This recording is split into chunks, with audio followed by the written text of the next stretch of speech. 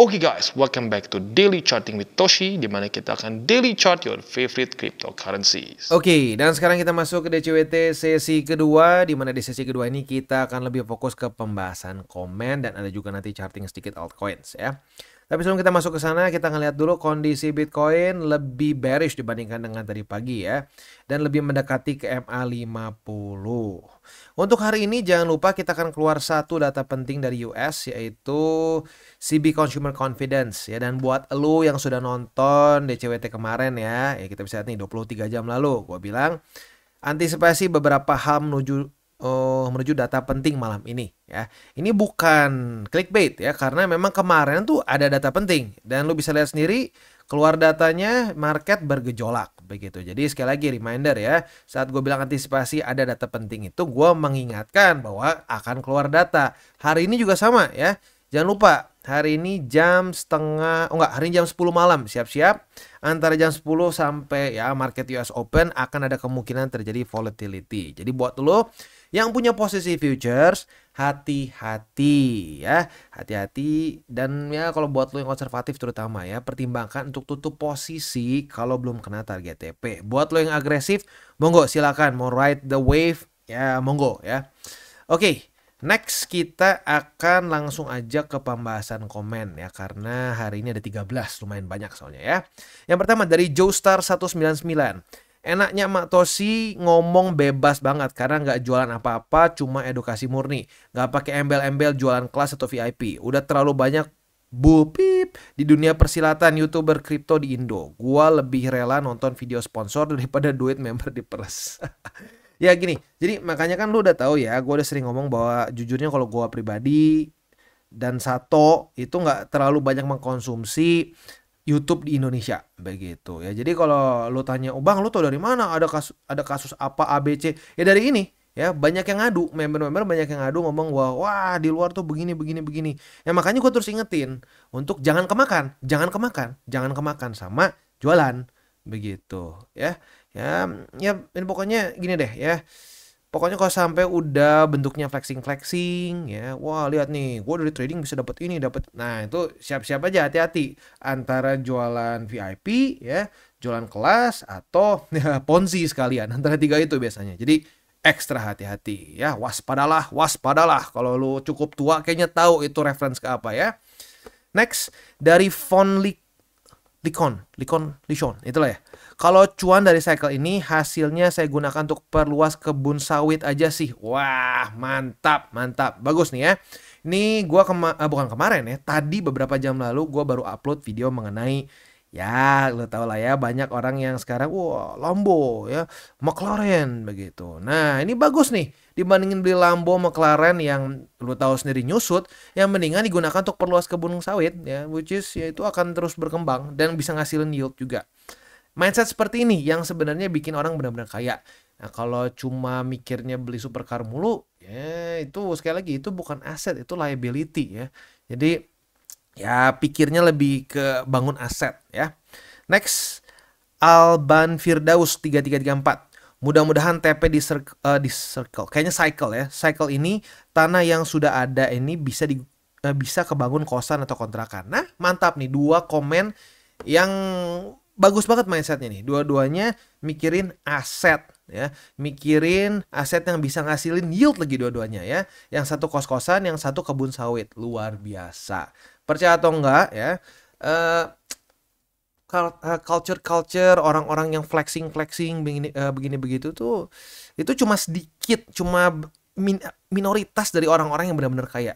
Orang-orang yang benar-benar kaya tuh banyaknya punya mindset yang seperti ini, berpikir di aset, gimana mengembangkan aset. Kalau bisa itu aset bukan cuma berkembang tapi ngasih yield juga double begitu. Jadi jangan khawatir, jangan bingung kalau misalkan aduh kok tapi gue nggak ini ya, gue kok kurang bisa flex ya. Ya nggak perlu flexing tuh jujurnya in general nggak bagus begitu, lebih bagus bangun aset ya.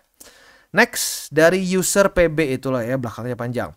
Minta doanya, mudah-mudahan saya bisa bikin kontrakan dari kripto. Wah gila ini ya, 3 komen berturut-turut mikirin aset ya. Ini berarti gue happy banget ya, terbukti bahwa ya walaupun channel gue pertumbuhannya mungkin lebih lamban dibandingin channel pom-pom gitu ya, tapi meng-attract orang-orang yang tepat, orang yang benar-benar mikirin gimana gue bisa meleverage net worth gue ya. That's good, that's good. Next dari Cryptomania ya. Seperti biasa, konten daging gratis Wagyu A5 dari Mak Toshi. Mantap, thank you ya.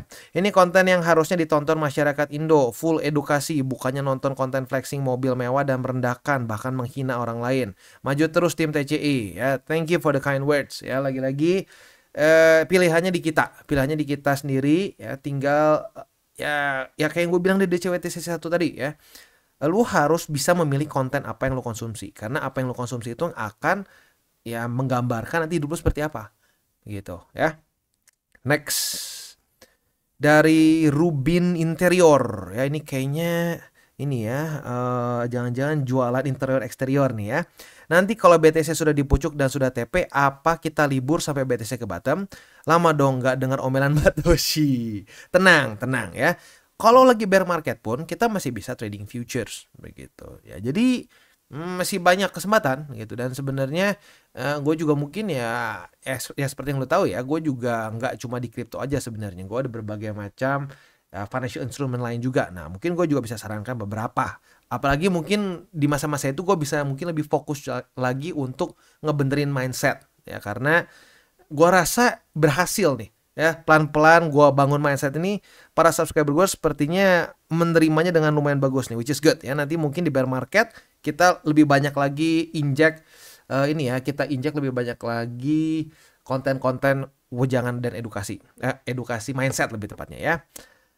Sama kira-kira all time high BTC sama alt selisih berapa hari ya maksimalnya. Jadi bisa TP juga kalau masih ada sisa ya. Thanks Pak Toshi. Nah gini, kalau kita lihat ya biasanya all time high yang cycle top nih ya, cycle top BTC gitu ya, dimana udah beres nih masuk ke bear market, itu biasanya BTC duluan. BTC duluan, dia melemah kayak di sini nih ya. Kita ambil contoh di cycle sebelumnya. Nah ini udah kan all time high nih. Nah melemah begini nih ya, sideways mulai rada turun. Nah di masa-masa ini tuh kita bisa lihat ya, langsung aja deh kita relay aja ya, kita masukin ini BTC dominance ya, BTC dominance titik D. Oke, BTC dominance kita bisa cek di sini. Nah, di masa-masa ini ya kita bisa lihat sudah mulai drop, tetapi waktu lagi di sini nih. Nah, kita bisa lihat pada faktanya ya. Pada faktanya ini ya dia altcoins masih ada beberapa yang lanjut begitu. Masih ada beberapa yang lanjut new all time highs. Jadi kalau kita lihat dari cycle kemarin at least ya, dengan Bitcoin dominance yang terjun payung seperti ini menyatakan bahwa altcoins itu masih bisa run begitu. Jadi mungkin kalau mau ngomong secara dari cycle sebelumnya ya, kita nggak bisa ngomong cycle-nya purchase atau enggak ya, seperti cycle sebelumnya.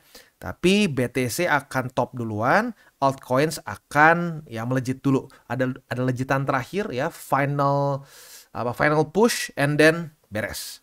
Nah itu final pushnya itu otomatis ya kita TP-nya sesuai dengan SOP Bollinger Band aja kalau gua begitu. Tapi biasanya kalau kita lihat dari ya cycle sebelumnya, BTC dulu udah mulai ngendet tuh ya, mulai kehabisan bensin. Nah alts-nya berkuasa begitu ya. Next kita lihat lagi ke komen selanjutnya, yaitu dari Andri. Wah bro Andri nih, benar banget Bang Toshi, Gen Z harus belajar mental di dunia kerja, apalagi di market. Yang nggak sabaran pasti berantakan di hidup, apalagi Porto. Mantap ya, love it, setuju banget ya. Ya mungkin itu alasannya karena Gen Z ya apa ya, mungkin hidupannya enak dari lahir kali ya, enak dari lahir, dan ortu mungkin cenderung nggak terlalu strict begitu ya. Kalau mungkin kita old school gitu ya, milenial jadul gitu ya, itu mungkin ortunya lebih old school ya, bukan old school, lebih strict. Wah nggak bisa, harus disiplin, Zaman sekarang ortu mungkin terlalu wah semua istimewa ya, istimewa nanti pas udah gede pusing ya. Jadi mental sih, bener mental. Next kita dari Farid Robiansyah ya. Luar biasa sekali kok. Terima kasih banyak banget ujangannya, sangat luar biasa. Saya tergolong Gen Z yang terasa memang seperti itu di tempat kerjaan. Wah, berarti benar ya. Tapi ya mau gimana lagi gitu, walaupun kerja agak nggak nyaman tapi butuh ya mau digimanain lagi. Wah, mantap, mantap. Berarti artinya apa? Lu mikirin tanggung jawab dulu, lu mikirin dulu resiko dibandingkan perasaan. Ya. Orang tua sudah nggak bisa membiayai lagi, ya udah hidup harus punya rencana mau gimana ke depannya. Thanks for Toshi and team. Sehat selalu. Ya, bener. Jadi gini, kadang-kadang yang menurut gua, Gen Z ini akan nanti ada satu masanya semua sadar bahwa, wah, saya tidak bisa seperti ini. Saat apa? Saat ortunya udah nyerah. Gua udah nggak bisa loh. Gua udah nggak bisa, kalau bahasa gua tuh menyumponi lagi kehidupan lo gitu. Gua udah nggak bisa nambah-nambah lagi lu duit. Lu harus pikir sendiri. Nah, itu simpelnya udah kena mental. Wah, waktu udah kena mental, disitulah akan ada perubahan begitu. Itu juga yang gue rasakan ya. Dari masa-masa remaja yang rada nggak dipikir apa-apa ke dewasa awal. Nah, di situ tuh banyak pergumulan. Pergumulan itu yang akan mendefinisikan nanti ke depannya lu akan make it or break begitu. Ya, semoga make it begitu. Nah, ini mantap ya. Jadi jangan terlalu ini deh, jangan terlalu baper ya. Ya udahlah, atasan bangke normal ya. Nggak dianggap manusia, nggak dianggap orang, relatif itu. Yang penting lu dibayar nggak? Lu dibayar ya. Lu kalau nggak suka banget, nggak nyaman banget di tempat kerjaan lu bikin lu cari emergency fund ya. Lu tabung sampai minimal 3 atau 4 bulan. Udah gitu lu coba cari lagi pekerjaan di tempat lain. Kalau udah pasti lu ada kerjaan lain, baru silakan resign. Jangan nekat begitu ya. Mantap, mantap. Nah, ini luar biasa. Berarti lu sudah one step ahead dibandingkan Gen Z yang gua bahas di DCWT sesi 1 ya. Buat lo yang penasaran silahkan boleh nonton ke DCWT sesi 1 ya, bagian akhir. Next, Muhammad Bahrudin. Pak, kalau invest di altcoin seperti ETH, Solana, Cardano, HBAR, apa jangan all in ya? Jangan all in ya. Mungkin yang paling mendekati bisa all in walaupun sebenarnya nggak all in ya. Kita ada 2 peluru sebenarnya, 2 peluru gede gitu ya. Yaitu di BTC aja sih. Sisanya sih altcoin termasuk ETH nggak serapih di BTC begitu. Jadi ya kalau gua pribadi sih kalau bisa hindari all in sama sekali ya. Lalu yang kedua, di grup Telegram suka ada berbagi sinyal analisa dan selalu anggotanya diminta pamer profit. Ini grup Telegram mana? Kayaknya bukan di kita. Soalnya di kita bahkan gua ban, nggak boleh screenshot profit tuh, nggak boleh ya. Jadi kayaknya mungkin di grup lain nih ya. Saya jarang ikutin karena beda tipe trader dan pernah ikutin tapi nggak untung karena beda tipe trader. Nah, kalau misalkan ditanya, kenapa saya tidak suka ikutin, jawabannya apa ya Pak? Terima kasih. Jawabannya simple. Ya trading gua nggak usah ngurus gitu ya. Kalau gua pribadi gua lebih nyaman swing trading, gua lebih nyaman position trading. Ya sudah, kalau lu suka scalping ya silakan scalping. Nah, tapi kalau mau ditanya ya, kalau dia benar-benar penasaran ya, bukan mempertanyakan tapi penasaran, ya jawabannya gini. Trader tipe apa yang paling banyak rugi? Lu bisa cari ya, lu bisa research sendiri. Yang paling sering rugi adalah scalper. Kenapa? Karena time frame-nya terlalu pendek begitu. Nah, makanya gua nggak mau scalping. Ya, gue cenderung nggak mau scalping. Ya, sah-sah aja kalau lo mau. Itu setiap orang bisa beda-beda. Tapi dari statistik awalnya aja udah seperti itu. Nah, gue nggak mau statistik yang jelek buat gue dari awalnya. Maka dari itu ya gue fokus ke yang paling oke secara short term adalah swing trade. Nah, makanya gue paling pendek adalah swing trading. Ya. Nah, itu. Untuk selanjutnya, kenapa gue lebih ke position trader? Ya, lagi-lagi. Secara win rate jauh lebih besar kalau kita position trader. As easy as that. Begitu ya. Kalau buat orang yang beneran penasaran, kalau buat orang yang cuma mempertanyakan, lu jawab aja ya, terserah gue lah, gue mau trading mau sambil salto juga terserah gue ya. Nah, kayak gitu. Next, dari Krisna Bagus 207, meme adalah meme, BTC adalah BTC. Emang bener omongan Bang Toshi. Wah kakak, cycle ini beres aja, sikat 90%, sell semua. Jujur percaya atau enggak ya, yes, gue setuju ya. Jangan sampai kecampur-campur ya.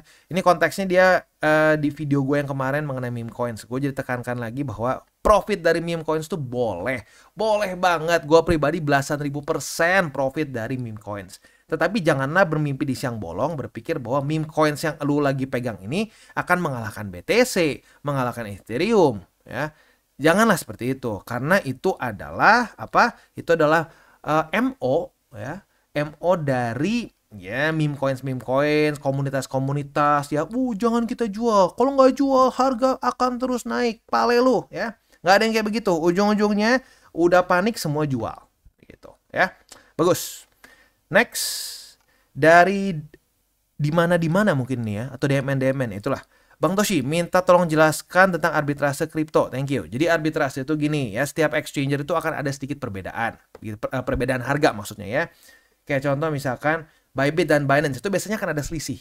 Nah, arbitrase itu saat ada selisih itu kan berarti ada untung buat diambil kan. Nah, dia pindahkan BTC atau kripto apapun dari exchanger A ke B. Selisihnya dia kantongin. Itu arbitrase. Simpelnya seperti itu ya.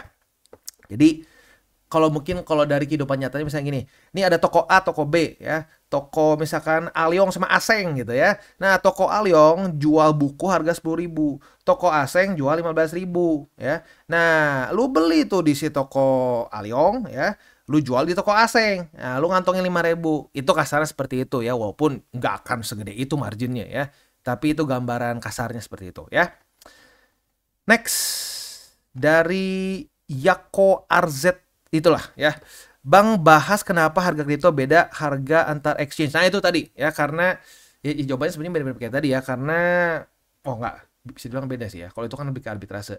Karena gini, setiap exchanger itu punya order booknya masing-masing. Nah, order book yang berbeda itu bisa membuat ada perbedaan harga. Itu kasarnya. Ya walaupun ada lagi sih misalkan teknisnya juga gitu. Kadang-kadang mungkin mereka ada latency, lalu juga mungkin ya nggak ada exchanger yang mungkin kalau kualitasnya nggak terlalu bagus, ya ada permasalahan update-nya dan seterusnya. Jadi banyak, tapi ya banyak alasannya, tapi in general karena order book-nya ya. Jadi order book-nya berbeda, otomatis itu akan mempengaruhi juga harga yang di quote begitu ya. Itu ini ya, itu garis besarnya. Next, coba kita cek ya. Kemarin satu bilang, lu kan yang kelewat lu. Oh ya, oke. Sekarang gua scroll lebih dalam ya. Cristiano 3389. Hati-hati mulu kok padahal naik terus. Wah, hati-hati mulu kok padahal naik terus.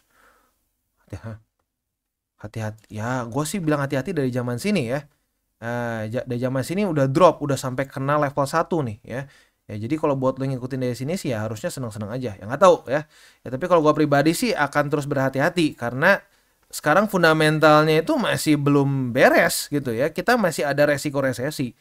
Begitu. Jadi selama itu masih menjadi satu resiko, dan juga kita bisa lihat di sini ya, BTC buktinya sudah mulai di bawah lagi DBSB, ya harus berhati-hati. Begitu ya. Tadi mana sih? Waduh, jauh juga nih. Mana nih? Waduh. Ini nih rada nyebelin, kadang-kadang suka begini. Ya jadi kalau urusan tadi ya berhati-hati, naik gimana orang sekarang lagi turun kok. Begitu. Jadi ya pokoknya sesuai dengan trading plan ya. Kalau sudah sesuai dengan trading plan ya nggak masalah, tinggal ikutin aja begitu ya. Yang penting jangan sampai SOP lu ngelihat orang lain, kayaknya dia lebih profitable, ganti lagi. Kalau gitu caranya ujung-ujungnya malah bukannya profit malah boncos ya. Kayaknya udah belum ya? Udah nih harusnya. Coba kita cek lagi. Kemarin satu soalnya protes nih. Aduh, ada yang di bawah tuh, ada lagi yang komennya malu ke skip ya. Harusnya udah enggak nih ya, udah lumayan jauh soalnya. Oke, beres kayaknya ya. Sip, beres kayaknya. Oke, selanjutnya kita akan masuk ke buy limit ya. Buy limitnya kita hari ini akan bahas Tone, Arbitrum dan juga Effects ya. Bukan mirip sama kayak kemarin secara rosternya ya. Tapi sebelum kita masuk seperti biasa, gue akan disclaimer dulu bahwa semua konten dari TCI bukanlah financial advice. Ini semua bentuknya adalah edukasi ya. Lalu bagaimana cara untuk mendukung TCI? Ada banyak caranya. Lo bisa like our video, bisa share our video, atau juga bisa menggunakan link referral kita di bawah. Nah sekarang kita akan dengar pesan-pesan dari sponsor kita pada hari ini. Oke, today's video is brought to you by Bybit. Dimana di Bybit ini kita bisa melakukan berbagai macam hal ya, mulai dari yang newbie sampai yang sudah advance. Buat mungkin lo merasa bahwa aduh bang, gue masih nggak ngerti nih TA, gue masih nggak ngerti charting dan seterusnya, tapi pengen akumulasi, pengen DCA murni, bisa lo tinggal masuk ke sini one click buy, dimana lo bisa pilih lo mau pakai apa ya fiatnya, lo tinggal pilih juga asetnya apa ya. Misalkan lo pengen akumulasi BTC, Misalkan setiap hari Senin jam 7 pagi, misalkan gue pengen akumulasi BTC sebesar Rp100.000 misalkan ya. Lu bisa langsung lakukan di sini. Bisa peer to peer, bisa Dana, Bank BRI dan lain-lain. Ini gila ya, bisa pakai BCA Mobile dan seterusnya. Jadi Bybit ini memang cocok banget buat orang-orang yang tinggal di Indo ya, bisa langsung pakai bank-bank yang memang sudah biasa kita pakai di Indo ya. Nah, buat yang intermediate sampai advance juga di sini ada spot, nah, dan juga ada leverage tokens, dan tentu juga ada derivatives trading, di mana kita bisa menggunakan kontrak yang USDT maupun USDC. Jadi di sini lu bisa pakai USDC ya, karena nggak semua exchanger bisa menerima untuk futuresnya pakai USDC ya. Dan tentunya juga lo bisa earning bunga juga dari kripto lu dan lain-lain. Dan tentu juga di sini kita bisa melakukan copy trade ya, di mana copy trade dari Bybit ini sudah cukup terkenal ya, dan kita bisa mendapatkan keuntungan juga. First copy trade kita bisa ada protection 100 USDT loss coverage ya, dan seterusnya ya. Jadi buat lo yang tertarik bisa silakan pakai. Klik di link referral kita di bawah. Dan kita masuk ke TON. Untuk TON ya, ini reminder pentingnya kita untuk pasang target TP ya. Posisi long kemarin tanggal 25 Agustus, retest 1, retest 2 udah kena target TP. Kalau lu lupa pasang ya sekarang cut loss gitu ya. Jadi ingat, disiplin ya. Setupnya seperti apa, jangan lupa TP-nya juga seperti apa ya, harus dipasang langsung. Jangan nanti-nanti malah jadi cut loss ya. Next, untuk posisi futuresnya nanggung sekarang ya, belum ada setup lagi. Jadi langsung aja ke spot. Spotnya di 4,886, di 4,317. Next, untuk Arbitrum. Untuk Arbitrum, posisi short kita kena target TP. Retest 1, retest 2 di tanggal 24 dan 25, kebuka posisi short. Nunggu sehari, kena target TP. Dan kita mengantongi profit sebesar 9,43%. Mantap ya. Itu untuk posisi shortnya. Untuk posisi spotnya, buy limit pertama kena di 0,56, lalu buy limit kedua di 0,53, dan buy limit ini kan 1, 2, dan ketiga di 0,48. Itu kurang lebih untuk posisi spot dan futures di Arbitrum. Next kita masuk ke AVAX. Untuk AVAX, retest 1, retest 2 ya, ternyata ya tergantung sih. Kalau lu kalau konservatif, lu berarti udah tutup posisi nih ya, udah tutup posisi dan profitable harusnya.